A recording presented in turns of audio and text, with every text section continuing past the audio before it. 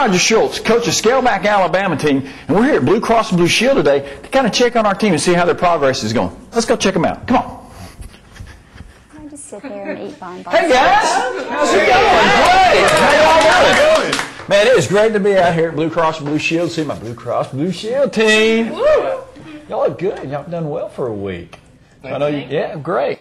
Our message today is portion control. Size does matter. Believe it or not, I mean, look at this picture of me before. Ugh, that's a big old boy right there. So now look at me. You know, I lost a lot of weight. Losing the weight feels great, but it's all about, you know, portion control and smaller portions. And that's what we're going to try to teach you today. It's something that's just so easy to do, keep piling stuff on your plate. There's a simple way that you can think about the fact that the portion control is important. One way is just in the plate. And this is just an example of a plate that we have. It's actually divided, and you can see how it's divided, one half here, and then the other half is divided there. But one thing I want you to see is the difference in the sizes. This is just a standard cafeteria plate here, and you can see that the sizes that we're recommending are smaller. Well, I actually cut my plate size down to a breakfast plate instead of a dinner plate this week, and just by doing that, I was able to already lose 6 pounds. Wonderful, Daryl. That's great. And that leads right into the example, because this is just a regular cafeteria plate. It's not as big as some of those in the restaurant, but this is a size of a plate, and I want to show you the difference. Wow. That is a difference, isn't it? So what Roger is saying, size matters. So if you're using this size plate, you'll want to be able to see a lot of the plate. So your food won't be touching and you'll be seeing the plate. Okay? So size is important as far as portion control goes.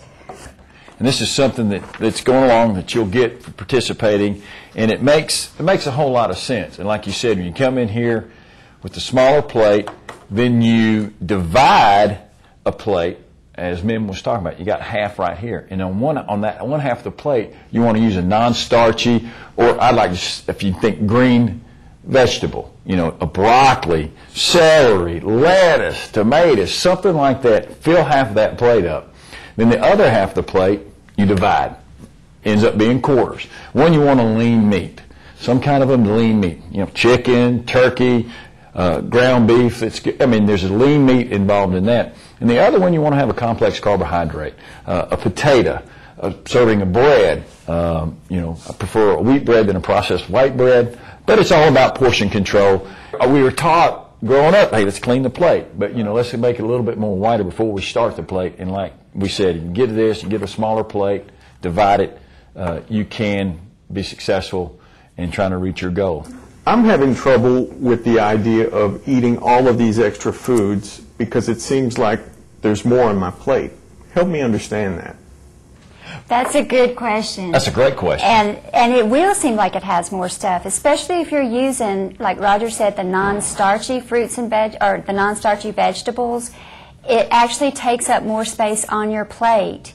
Now, we want to make sure, though, that you understand that when you're putting more vegetables on your plate, you are taking something else off. So you're not just eating more fruits and vegetables in addition to everything else, but you're replacing some of those hidden calories with the non-starchy vegetables, and that'll make a difference. Incorporating a lot of fruits and vegetables into your diet, which I've done that, but I haven't really cut anything else out. When you look at a typical Southern meal, it's usually something fried. It'd be like a couple pieces of fried chicken. You're going to have the potatoes slopped with some gravy. You probably have some kind of green beans cooked in butter.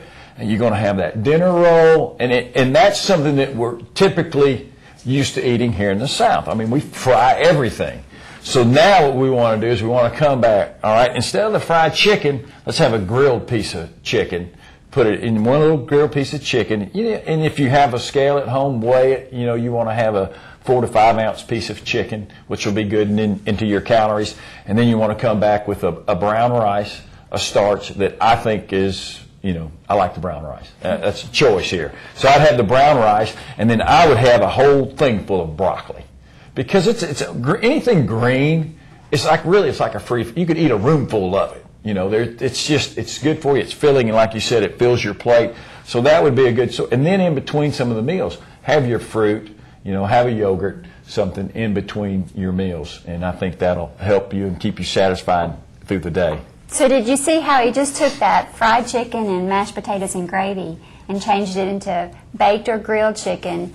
Maybe you still want the potato, but you have a small baked potato instead of mashed potatoes. Or make it a sweet potato. Or a sweet potato. I think a sweet potato is a great alternative to the potato. I mean, because everybody goes back and forth. Is the baked potato, it's bad, it's good, it's bad, it's good. Now, it's good, again, because there are some that it is good for you. But also when you have it, don't load it up with the butter, the sour cream, and all that kind of defeats it. Put some pepper on it. Put some, you can't believe it's not butter, spray it on there. Every squirt's like a calorie, and that'll help you. And also when you get the sweet potato, put some cinnamon on it. That's good. Get this, you can't believe it's not butter. Those little things help.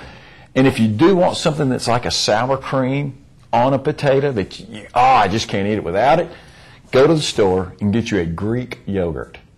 Put it on there, and it'll be good for, and it tastes a lot like sour. It's enough to, your brain thinks it, just don't think of it as yogurt. After long days at work, I tend to go out to eat a lot, and I was just wondering if you had any tips for cutting back when you were eating out. Got a great eating out tip. One thing that you want to do, the first thing I would do, because the portions are so big when you eat out, order your meal and say, I would like it cut in half. Have them stick it in a to-go box before they even bring your plate out. It's kind of like a little embarrassing. Just give me half of my meal. Be conscious of, try to make them cook things instead of in butter and some vinaigrette, some olive oil if they have it. But choose the grilled item. Don't get the fried. Choose the grilled items. And I think that's always some keys to help. And make sure you get the green. And when you order the salad, because a lot of people make the mistake, they'll go in and they'll say, all right, I want the Caesar salad. They think they're eating healthy because they're eating a Caesar salad. And it's got chicken on it. Oh, it's grilled chicken. But yet, there's probably more calories in that than a Happy Meal at McDonald's, believe it or not. So you've got it because it's the dressing. Following up on that, with the salad dressing, a lot of people know to take their salad and dip it in the dressing. Another trick is actually to dip the fork in first and then put the salad on your fork, because the last thing that will be coming out of your mouth will be the salad dressing on the fork. So your brain will still get the message, it tastes good, it tastes like the salad dressing, but you're not getting as much. I think a lot of people think eating healthy is not tasty, and surprisingly, there's some things you can do when you're at home cooking. Seasonings. Seasonings are a great way to get taste into your food without the calories. There's no calories really in the seasonings. The Mrs. Dashes or any kind of seasonings like that. You go and look at it. It's unbelievable. Salsa, for instance. Salsa's a great, it's only like 10 calories a serving. I mean, you can eat a load of salsa, but you can cook ground beef with salsa in it. There's all kind of things. You get creative. It's those little things that make a difference, because when we're talking, like we said, we're talking about calories. We're talking about calories. And that's one thing. And if you got to get something to drink water, squeeze some lemon in it, or get a diet drink. All right, so this week it's portion control. Size matters. Size matters. Size matters. All right. That's what my wife said. She goes, hey, you're 380 pounds, you're too big. So good for size her. does matter. But you just watch what you do. Clean your plate, but make it a little small plate and divide it in. It's simple, and you can be successful. And y'all have already been successful. You lost some weight this week, and that's great. That's encouraging. Right. And we're fired up. So what's it take? It's 10 to win, baby. 10 to win. 10 to win. 10 to win. All right. Let's all get in. Pride on three. Pride on three. Let's get in. 1, 2, 3, pride.